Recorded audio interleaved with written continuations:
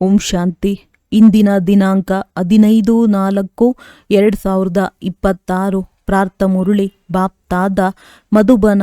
ಮಧುರ ಮಕ್ಕಳೇ, ನಿಮ್ಮ ಸ್ವಧರ್ಮ ಶಾಂತಿಯಾಗಿದೆ. ಸತ್ಯವಾದ ಶಾಂತಿಯು ಶಾಂತಿಧಾಮದಲ್ಲಿಯೇ ಸಿಗುತ್ತದೆ. ಈ ಮಾತನ್ನು ಎಲ್ಲರಿಗೂ ತಿಳಿಸಬೇಕು. ಸ್ವಧರ್ಮದಲ್ಲಿಯೇ ಸ್ಥಿತರಾಗಿ ಇರಬೇಕಾಗಿದೆ.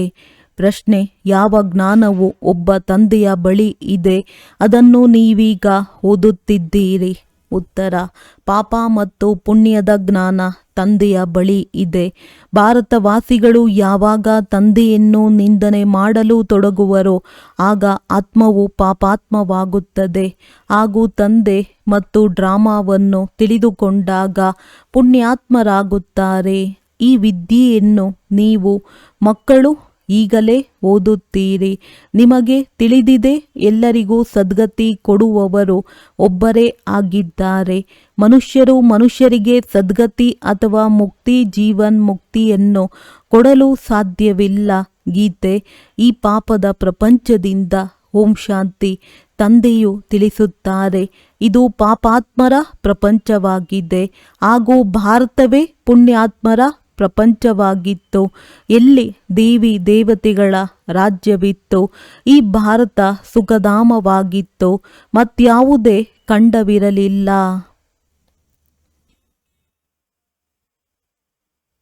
ಒಂದೇ ಭಾರತವಿತ್ತು. ಸುಖ ಶಾಂತಿ ಸತ್ಯಯುಗದಲ್ಲಿತ್ತು. ಯಾವುದನ್ನು ಸ್ವರ್ಗವೆಂದು ಕರೆಯುತ್ತಿದ್ದರು, ಇದು ನರಕವಾಗಿದೆ. ಭಾರತವೇ ಸ್ವರ್ಗವಾಗಿತ್ತು, ಈಗ ನರಕವಾಗಿದೆ.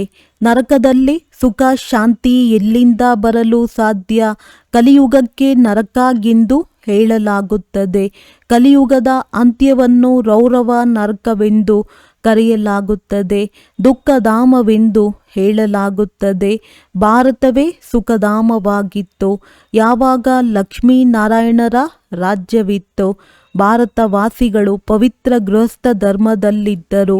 ಪವಿತ್ರತೆಯೂ ಇತ್ತು, ಸುಖ ಶಾಂತಿಯೂ ಇತ್ತು, ಸಂಪತ್ತು ಸಮೃದ್ಧಿಯಾಗಿತ್ತು. ಈಗ ಅದೇ ಭಾರತ ಪತಿತವಾಗಿದೆ. ಎಲ್ಲರೂ ವಿಕಾರಿಗಳಾಗಿದ್ದಾರೆ. ಇದು ದುಃಖಧಾಮವಾಗಿದೆ. ಭಾರತ ಸುಖಧಾಮವಾಗಿತ್ತು. ಮತ್ತು ನಾವಾತ್ಮಗಳು ಎಲ್ಲಿ ನಿವಾಸ ಮಾಡುತ್ತೇವೆಯೋ ಅದು ಶಾಂತಿಧಾಮವಾಗಿದೆ. ಶಾಂತಿಯು ಶಾಂತಿಧಾಮದಲ್ಲಿಯೇ ಸಿಗಲು ಸಾಧ್ಯ. ಆತ್ಮವು ಶಾಂತವಾಗಿ ಅಲ್ಲಿರಲು ಸಾಧ್ಯ. ಯಾವುದನ್ನು ಸ್ವೀಟ್ ಹೋಮ್, ನಿರಾಕಾರಿ ಪ್ರಪಂಚವೆಂದು ಹೇಳಲಾಗುತ್ತದೆ, ಅದು ಆತ್ಮಗಳ ಮನೆಯಾಗಿದೆ. ಅಲ್ಲಿ ಇರುವಾಗ ಆತ್ಮವು ಶಾಂತವಾಗಿರುತ್ತದೆ. ಬಾಕಿ ಶಾಂತಿಯು ಯಾವುದೇ ಕಾಡಿಗೆ ಹೋಗುವುದರಿಂದ ಸಿಗುವುದಿಲ್ಲ. ಶಾಂತಿಧಾಮವಂತೂ ಅದೇ ಆಗಿದೆ. ಸತ್ಯಯುಗದಲ್ಲಿ ಸುಖವೂ ಇರುತ್ತದೆ, ಶಾಂತಿಯೂ ಇರುತ್ತದೆ. ಈ ದುಃಖಧಾಮದಲ್ಲಿ ಶಾಂತಿ ಇರಲು ಸಾಧ್ಯವೇ ಇಲ್ಲ. ಶಾಂತಿಧಾಮದಲ್ಲಿ ಶಾಂತಿಯೂ ಸಿಗಲು ಸಾಧ್ಯ. ಸುಖಧಾಮದಲ್ಲಿ ಕರ್ಮವು ನಡೆಯುತ್ತದೆ. ಶರೀರದಿಂದ ಪಾತ್ರವನ್ನಭಿನಯಿಸಲಾಗುತ್ತದೆ. ಈ ದುಃಖಧಾಮದಲ್ಲಿ ಸುಖ ಶಾಂತಿ ಇರುವ ಒಬ್ಬ ಮನುಷ್ಯನೂ ಇಲ್ಲ. ಇದು ಭ್ರಷ್ಟಾಚಾರಿ ಪತಿತಧಾಮವಾಗಿದೆ. ಆದ್ದರಿಂದ ಪತಿತ ಪಾವನನನ್ನು ಕರೆಯುತ್ತಾರೆ. ಆದರೆ ತಂದೆಯನ್ನು ಯಾರೂ ತಿಳಿದುಕೊಳ್ಳದೆ ನಿರ್ಧನಿಕರಾಗಿ ಬಿಟ್ಟಿದ್ದಾರೆ. ಅನಾಥರಾಗಿರುವ ಕಾರಣ ಪರಸ್ಪರದಲ್ಲಿ ಜಗಳವಾಡುತ್ತಿರುತ್ತಾರೆ. ಎಷ್ಟೊಂದು ದುಃಖ, ಅಶಾಂತಿ, ಹೊಡೆದಾಟಗಳಿವೆ. ಇದು ರಾವಣ ರಾಜ್ಯವಾಗಿದೆ. ರಾಮ ರಾಜ್ಯವೂ ಬೇಕೆಂದು ಬಯಸುತ್ತಿರುತ್ತಾರೆ. ರಾವಣ ರಾಜ್ಯದಲ್ಲಿ ಸುಖವೂ ಇಲ್ಲ, ಶಾಂತಿಯೂ ಇಲ್ಲ. ರಾಮ ರಾಜ್ಯದಲ್ಲಿ ಸುಖ ಶಾಂತಿ ಎರಡೂ ಇರುತ್ತದೆ. ಪರಸ್ಪರದಲ್ಲಿ ಎಂದೂ ಜಗಳವಿರುವುದಿಲ್ಲ. ಅಲ್ಲಿ 5 ವಿಕಾರಗಳೇ ಇರುವುದಿಲ್ಲ. ಇಲ್ಲಿ 5 ವಿಕಾರಗಳು ಇವೆ. ಮುಖ್ಯವಾಗಿ ಮೊದಲನೆಯದು ದೇಹಾಭಿಮಾನವಾಗಿದೆ.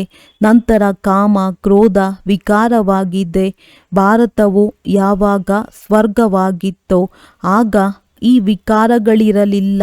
ಅಲ್ಲಿ ಎಲ್ಲರೂ ದೇಹಿ ಅಭಿಮಾನಿಗಳಾಗಿರುತ್ತಾರೆ. ಈಗ ಎಲ್ಲ ಮನುಷ್ಯರು ದೇಹಾಭಿಮಾನಿಗಳಾಗಿದ್ದಾರೆ. ದೇವತೆಗಳು ದೇಹಿ ಅಭಿಮಾನಿಗಳಾಗಿದ್ದರು.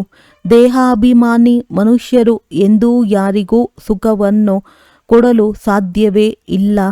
ಒಬ್ಬರಿಗೊಬ್ಬರು ದುಃಖವನ್ನೇ ಕೊಡುತ್ತಾರೆ. ಲಕ್ಷಾಧೀಶ್ವರ ಕೋಟ್ಯಾಧೀಶ್ವರರು ಪದ್ಮಾಪತಿಗಳು ಸುಖಿಯಾಗಿದ್ದಾರೆಂದು ತಿಳಿದುಕೊಳ್ಳಬೇಡಿ. ಇದೆಲ್ಲವೂ ಮಾಯೆಯ ಆಡಂಬರವಾಗಿದೆ. ಇದು ಮಾಯೆಯ ರಾಜ್ಯವಾಗಿದೆ. ಈಗ ಈ ಮಾಯೆಯ ರಾಜ್ಯವನ್ನು ವಿನಾಶ ಮಾಡಲು ಮಹಾಭಾರತ ಯುದ್ಧ ಸನ್ಮುಖದಲ್ಲಿ ನಿಂತಿದೆ. ಇದರ ನಂತರ ಸ್ವರ್ಗದ ಬಾಗಿಲು ತೆರೆಯಲ್ಪಡುತ್ತದೆ. ಅರ್ಧ ಕಲ್ಪದ ನಂತರ ಮತ್ತೆ ನರಕದ ಬಾಗಿಲು ತೆರೆಯುತ್ತದೆ. ಈ ಮಾತುಗಳು ಯಾವುದೇ ಶಾಸ್ತ್ರಗಳಲ್ಲಿಲ್ಲ. ಭಕ್ತಿಯನ್ನು ಮಾಡುವುದರಿಂದ ಭಗವಂತನು ಸಿಗುತ್ತಾರೆ ಎಂದು ಭಾರತವಾಸಿಗಳು ಹೇಳುತ್ತಾರೆ. ತಂದೆಯು ತಿಳಿಸುತ್ತಾರೆ, ಭಕ್ತಿ ಮಾಡುತ್ತಾ ಮಾಡುತ್ತಾ ಕೆಳಗೆ ಬರುತ್ತೀರಿ.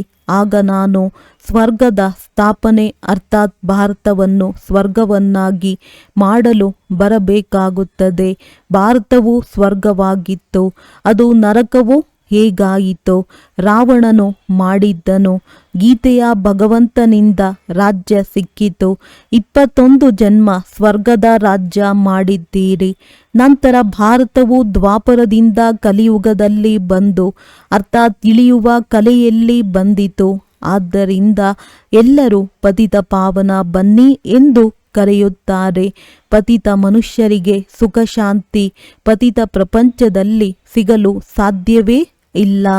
ಎಷ್ಟೊಂದು ದುಃಖಗಳನ್ನನುಭವಿಸುತ್ತಾರೆ. ಇಂದು ಹಣದ ಕಳ್ಳತನವಾಯಿತು, ಒಬ್ಬರು ದಿವಾಳಿಯಾದರು, ಇಂದು ರೋಗಿಯಾದರು, ದುಃಖವೇ ದುಃಖವಿದೆ. ಈಗ ನೀವು ಸುಖ ಶಾಂತಿಯ ಆಸ್ತಿಯನ್ನು ಪಡೆಯಲು ಪುರುಷಾರ್ಥ ಮಾಡುತ್ತಿದ್ದೀರಿ.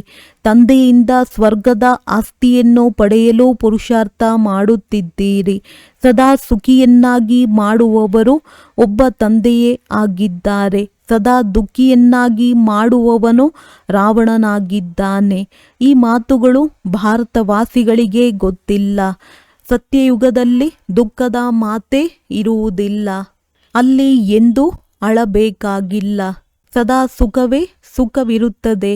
ಅಲ್ಲಿ ದೇಹಾಭಿಮಾನ ಅಥವಾ ಕಾಮ ಕ್ರೋಧ ಇತ್ಯಾದಿಗಳಿರುವುದಿಲ್ಲ.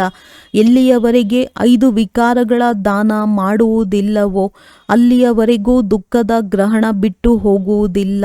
ದಾನ ಕೊಟ್ಟರೆ ಗ್ರಹಣ ಬಿಟ್ಟು ಬಿಡುತ್ತದೆ ಎಂದು ಹೇಳುತ್ತಾರಲ್ಲವೇ?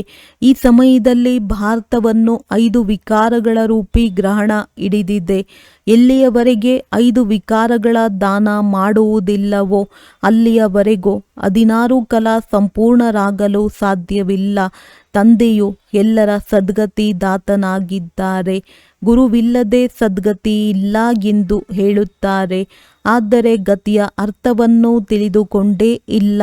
ಮನುಷ್ಯರ ಗತಿ ಸದ್ಗತಿ ಎಂದರೆ ಮುಕ್ತಿ, ಜೀವನ್ ಮುಕ್ತಿ. ಯಾವುದನ್ನು ತಂದೆಯೇ ಕೊಡಲು ಸಾಧ್ಯ. ಈ ಸಮಯದಲ್ಲಿ ಎಲ್ಲರ ಸದ್ಗತಿಯಾಗಬೇಕಾಗಿದೆ.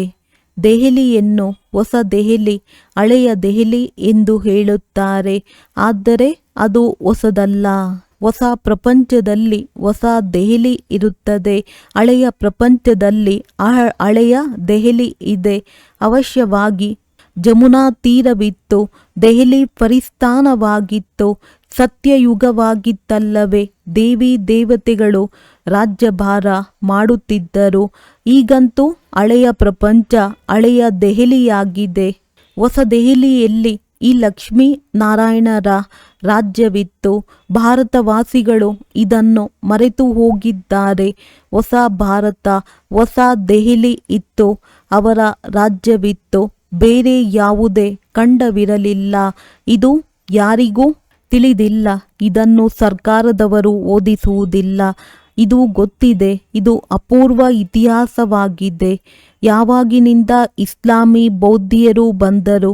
ಲಕ್ಷ್ಮೀ ನಾರಾಯಣರ ರಾಜ್ಯದ ಬಗ್ಗೆ ಯಾರಿಗೂ ಗೊತ್ತಿಲ್ಲ.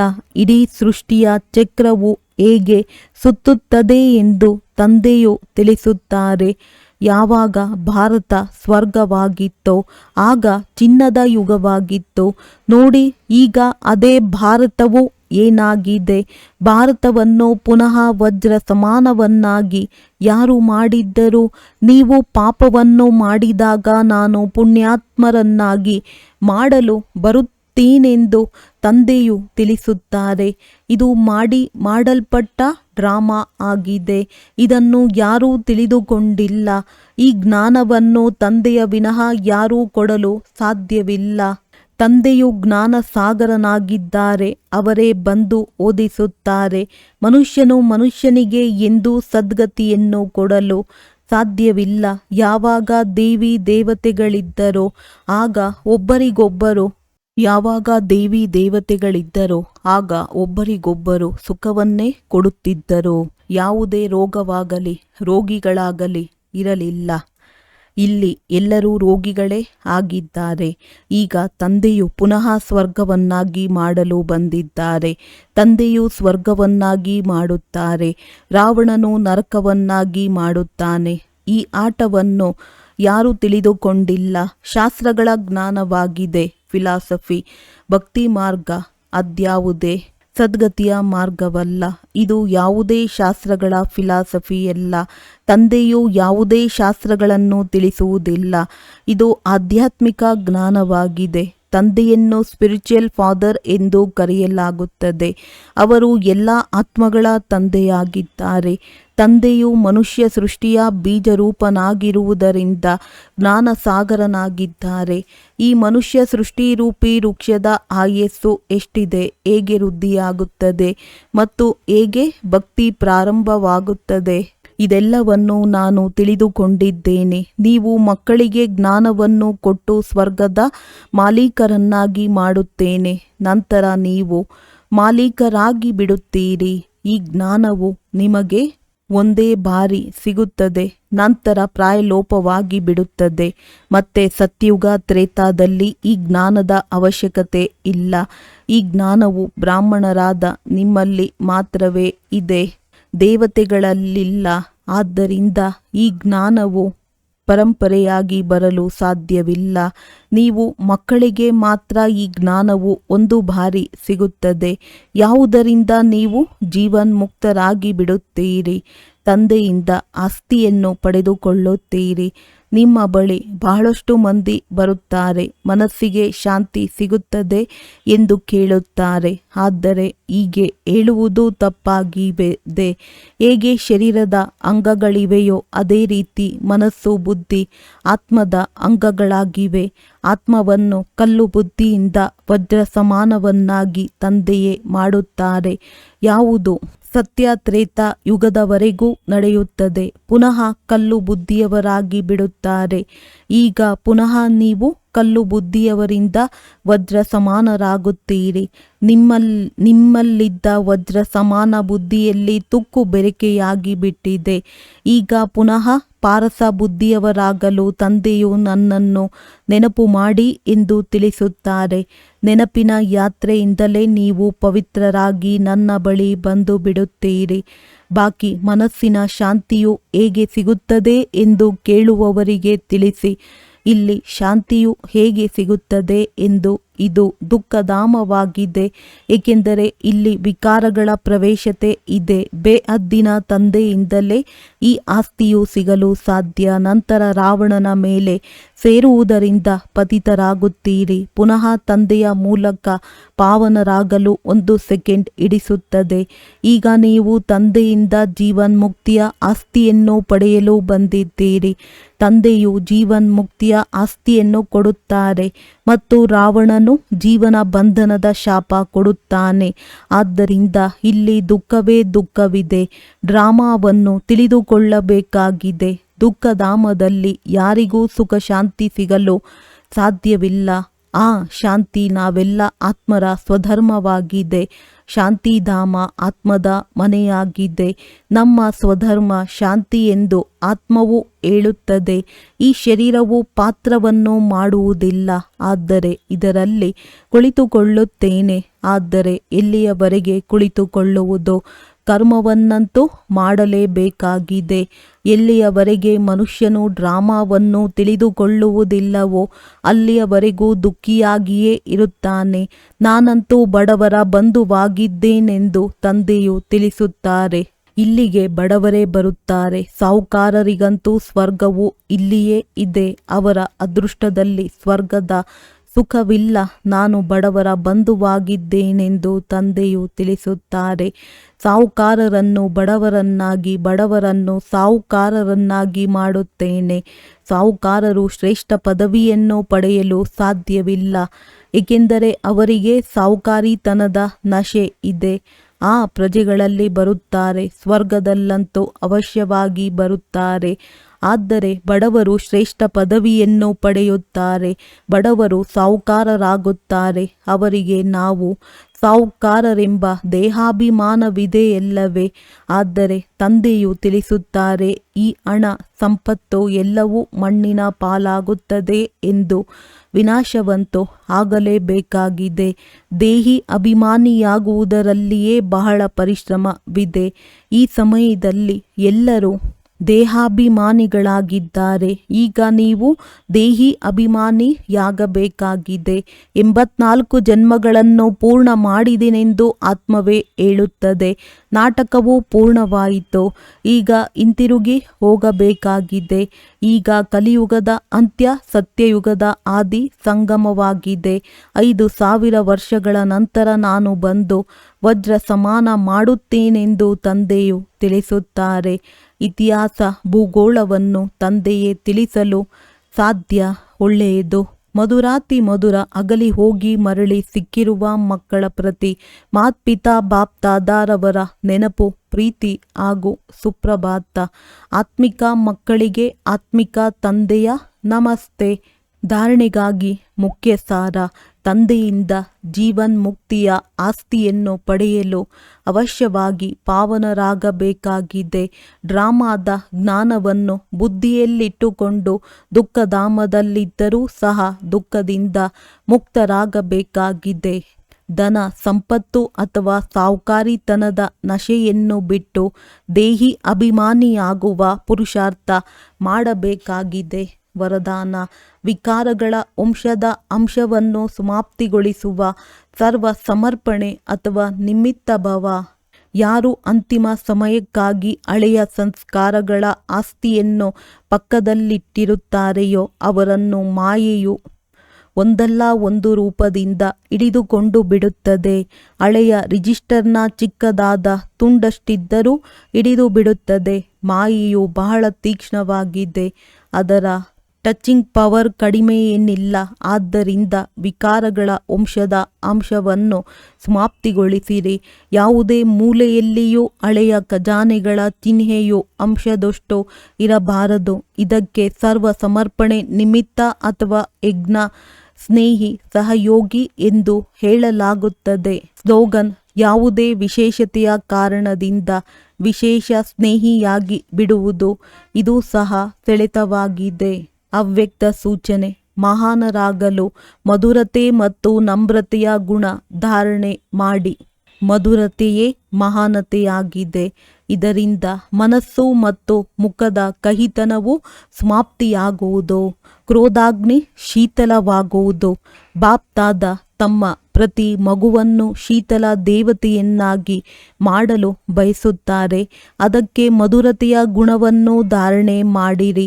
ನಿಮ್ಮ ಮುಖವು ಮಧುರವಾಗಿರಲಿ. ಮಧುರತೆಯ ಗುಣದಿಂದ ಸಂಪನ್ನರಾಗಿ ಯಾರೆಲ್ಲ ಸಂಪರ್ಕದಲ್ಲಿ ಬರುತ್ತಾರೆ ಅವರಿಗೆ ಮಧುರ ಮಾತು ಅಥವಾ ಶಕ್ತಿಶಾಲಿ ದೃಷ್ಟಿಯಿಂದ ಸಂಪನ್ನರನ್ನಾಗಿ ಮಾಡಿ. ಒಳ್ಳೆಯದು. ಓಂ ಶಾಂತಿ.